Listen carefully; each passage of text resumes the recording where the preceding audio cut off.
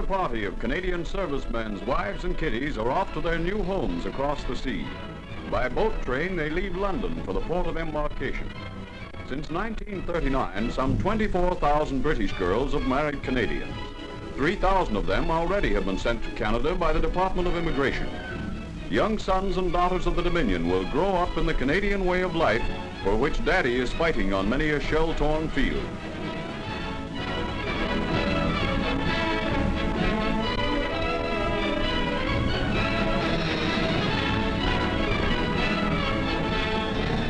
On arrival at the port, everybody is safely stowed aboard the ship which will take them on their long journey. Members of the British Red Cross give valuable assistance during all phases of the move. Johnny Canuck Jr. wonders if it isn't time for eats.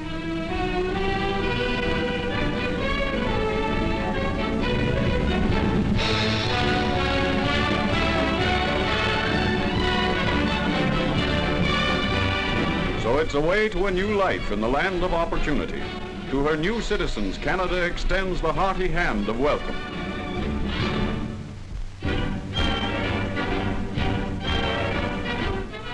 In Italy, Major General Foulkes explains to the 1st Canadian Div the system for selecting men for home leave.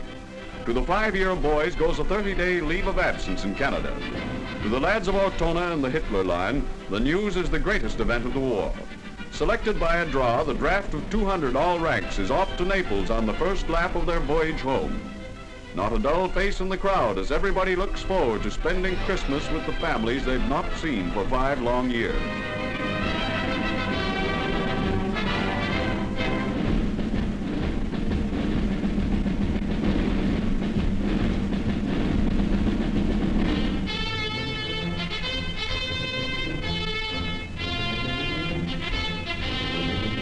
On parade in England is the leave draft from the Western Theatre and the United Kingdom.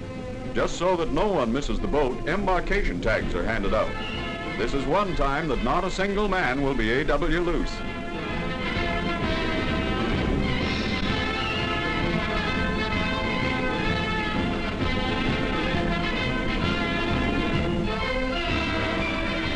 In Canada, they say, there are chocolate ice cream sundaes, luscious hamburgers with onions, steaks 2 inches thick, and gallons of old Canadian ale. Hey, fellas, wait for me. I can't stand this another minute. Wait for me.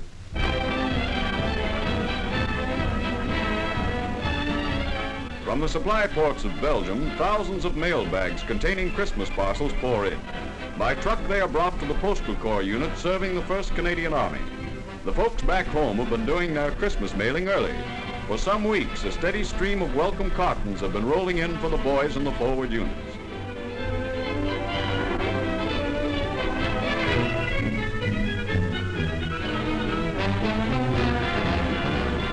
At the postal unit, bags are transferred to divisional transport, which carries the valuable cargo up to the various unit distributing centers.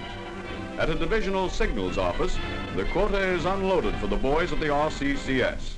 Parcels are sorted and handed out to eager signalmen.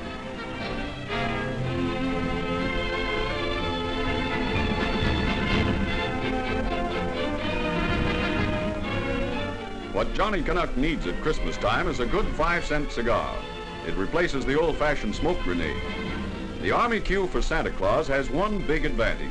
Whether you've been a good boy or whether you've just finished 28 days, you still may get a Christmas box.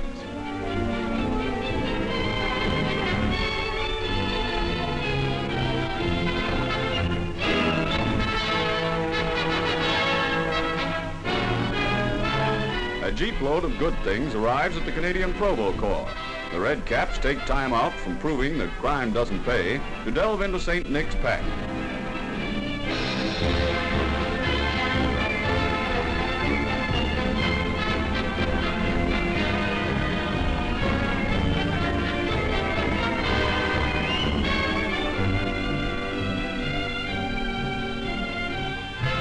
Yep, there's one in every unit. The kibitzer takes more of an interest in your parcel than you do yourself. Even when he gets a parcel himself, he's still more interested in yours. Oh, come right in, old man, and help yourself.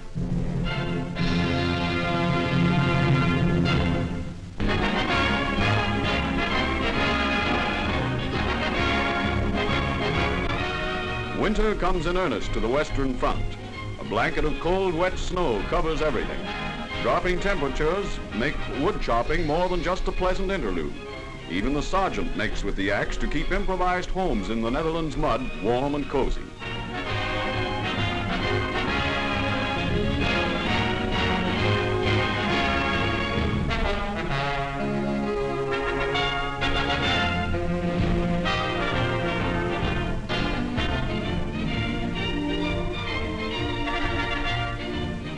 Live chicken in a Canadian camp? How strange. Introducing Hardtack, the feathered mascot of a field artillery battery. Even the Jeeps need a wash job after being pelted from the sky by the bomber squadrons of King Winter. Out on the gun sites, a battle rages hot and furious. Shooting over open sights at point-blank range, direct hits are scored.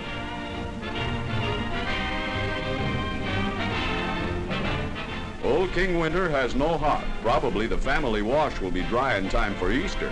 Who knows?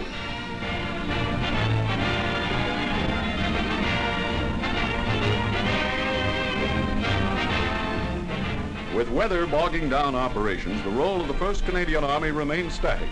A freeze-up is awaited to enable our armor to forge ahead into Germany.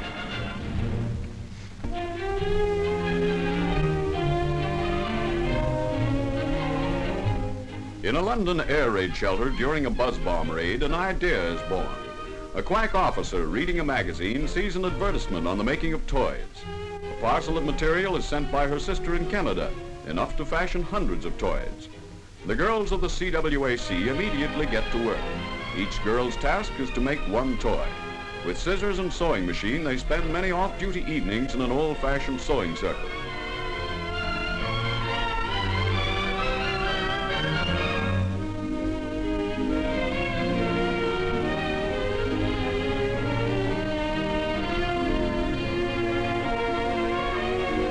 Quaint little playthings fashioned by skillful fingers begin to take shape.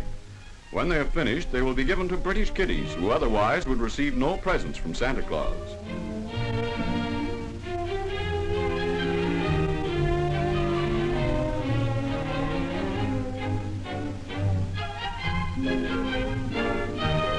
Many a little heart will be filled with cheer when Christmas Day dawns. Many a little English lass and laddie will spend a happy Christmas thanks to the good work of those fair helpers of St. Nick, the soldiers of Canada's CWAC.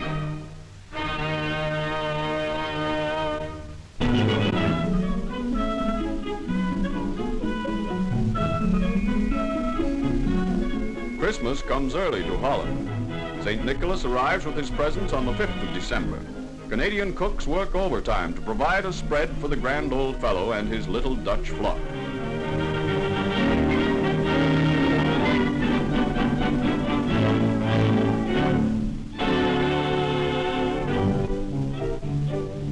The saint from Spain has adopted modern methods of transportation.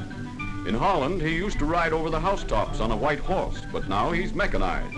He is accompanied by his servants, the Black Peters. They put the presents in the little wooden shoes, which are left on the chimney piece with carrots in them for St. Nick's steed. This year, it'll probably be a grease gun instead of a carrot.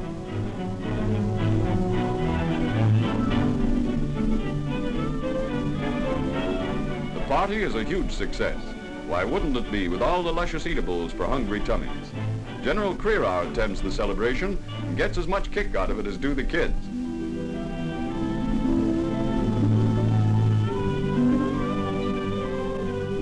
With the toddlers, Canadian fighting men are right at home. They are reminded of their own little ones across the sea. The good St. Nick calls on his Black Peters to produce the big book in which is written the names of all the good little girls and boys who are to receive presents.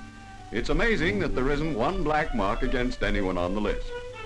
Thanks to the sergeant's rations, there's plenty of sweets for everybody.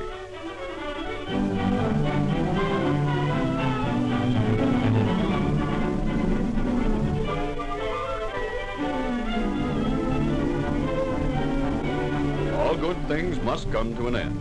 St. Nicholas is a way to visit other boys and girls all over the world. His made-in-Canada Bren carrier is champing at the bit. Young Holland will remember for a long time their 1944 Canadian Christmas party.